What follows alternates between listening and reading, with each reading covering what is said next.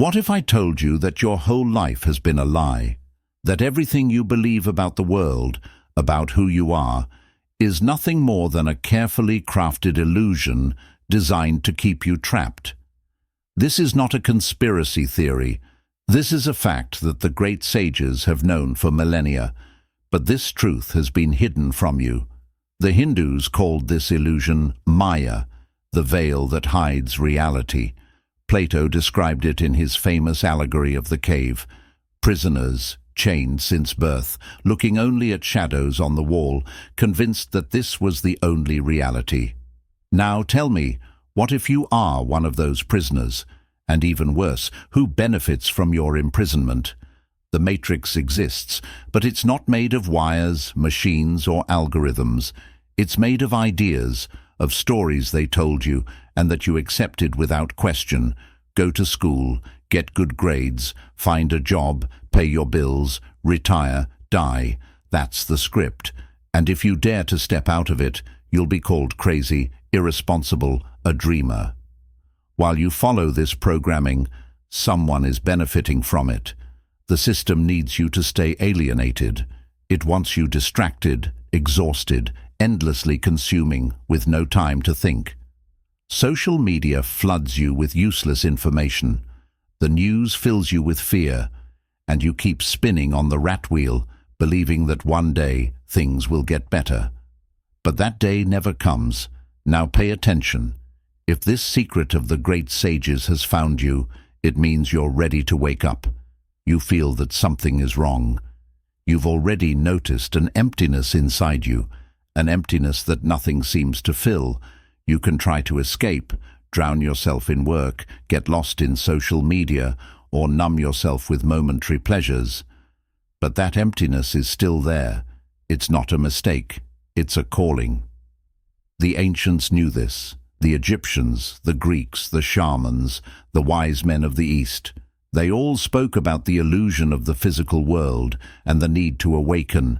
But this wisdom was ripped away from our civilization, replaced with a materialistic model where anything that can't be measured or bought simply doesn't exist.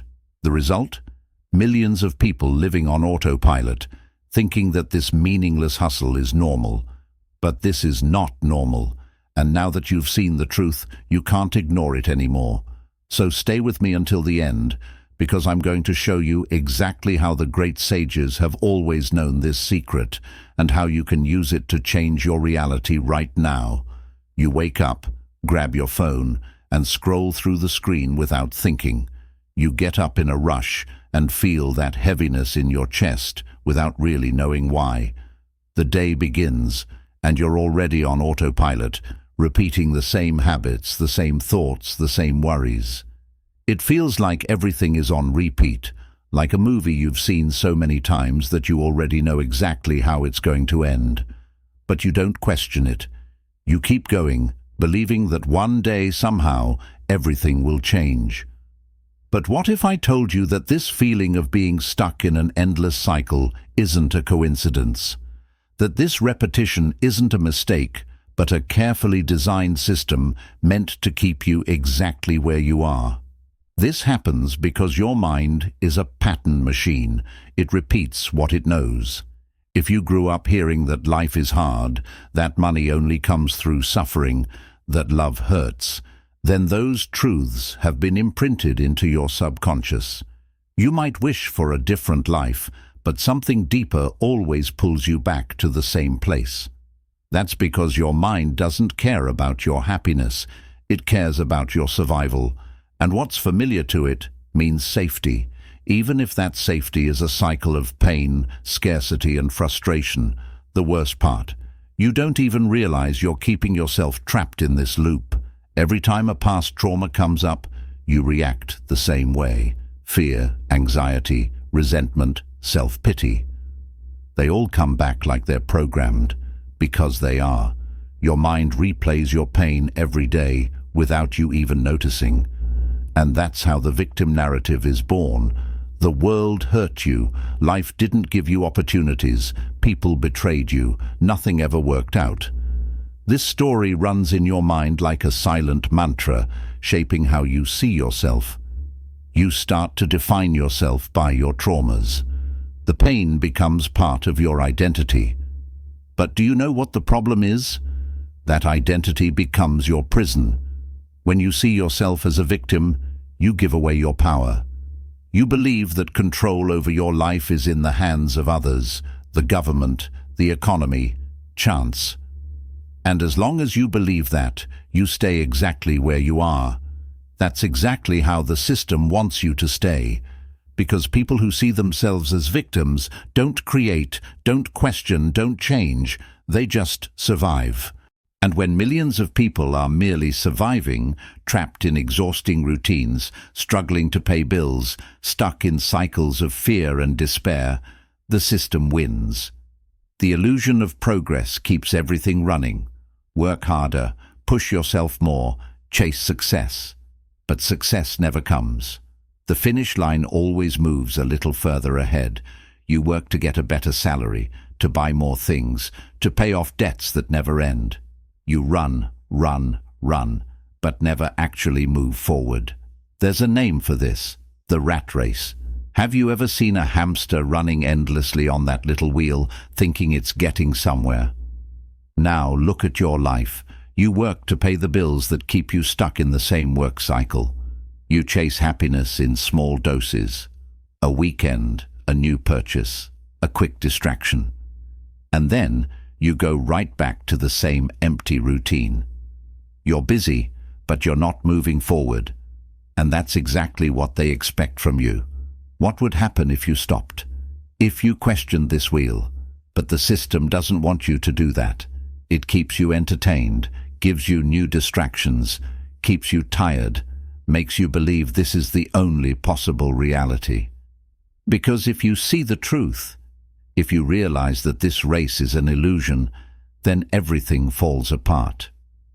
The secret that the wise have always known is this: the world you see is not the real world. You are trapped in an illusion. But there is a way out. Jesus said, "The kingdom of heaven is within you." Where did people look? Outside, in temples, churches, gurus, spiritual leaders, always waiting for someone else to show them the way. But the truth is within. It always has been. Buddha taught that all our suffering comes from our own mind, that attachment, desire and fear are invisible chains that bind us to an endless cycle of pain. But who really listened? Who truly understood that the key to freedom is not in changing the external world, but in changing how we perceive it? Socrates challenged people, questioned their certainties, and kept asking until their own logic collapsed. Because he knew true wisdom is not about accumulating knowledge, it's about questioning everything. Everything you've been taught. Have you ever questioned it? What if all of this is a lie? Hermes Trismegistus, the father of Hermetic wisdom, was even more direct. As within, so without. As above, so below. What does that mean? It means the world doesn't happen to you. The world happens through you. Your external reality is a perfect reflection of your internal state. Change your inner world, and the outer world transforms. But most people never understood these teachings. Or worse, they were distorted, hidden, or erased. The truth has always been there, but it was wrapped in dogmas, mysteries, and prohibitions. Why? Because an awakened person cannot be controlled. This is where sacred and esoteric texts come in. The Gospel of Thomas, one of the oldest texts attributed to Jesus, contains phrases left out of the official Bible. If you read it carefully, you'll realize it teaches something very different from what has been preached for centuries. If you bring forth what is within you will save you.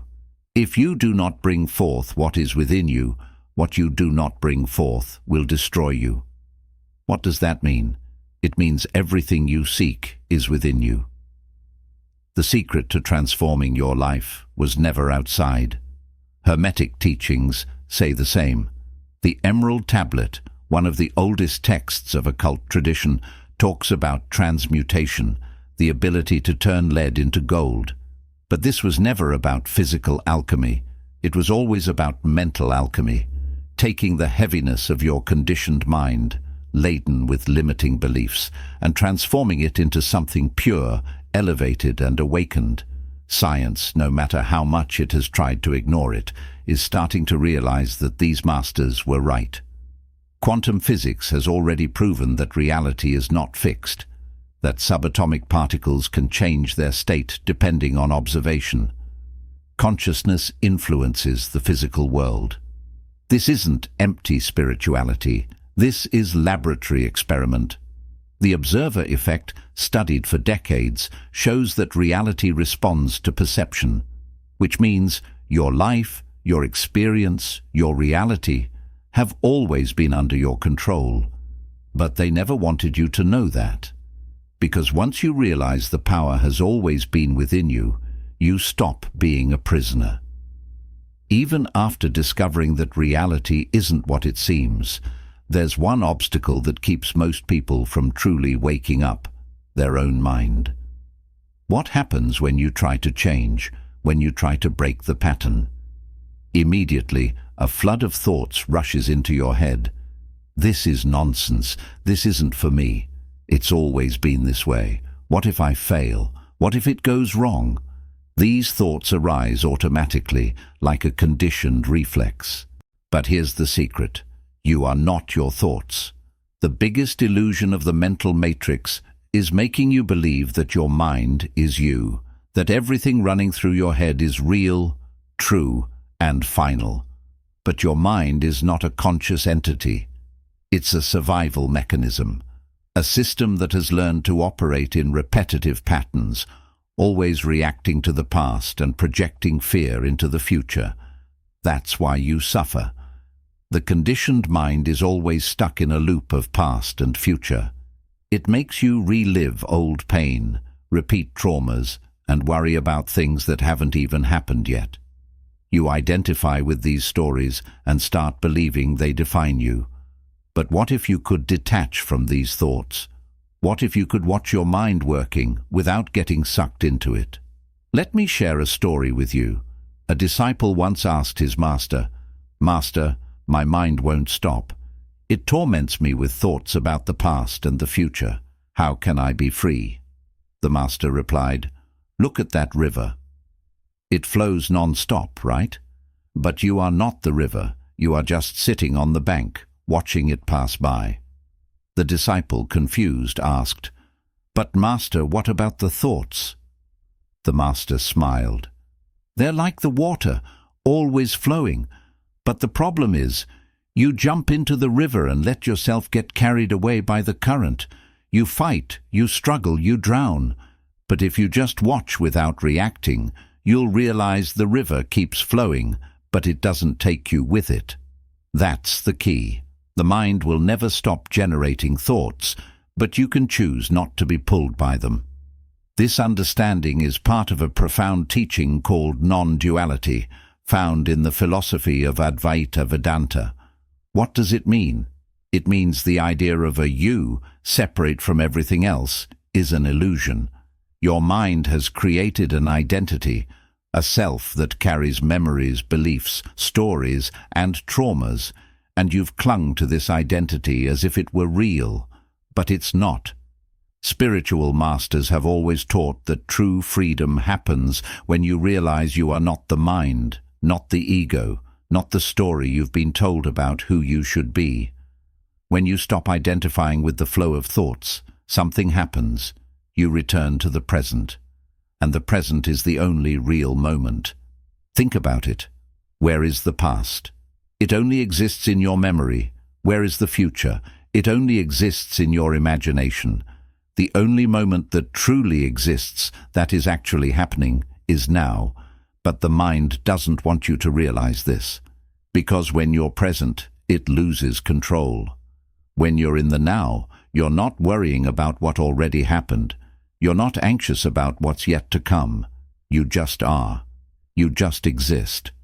And in this state of pure presence, all suffering disappears.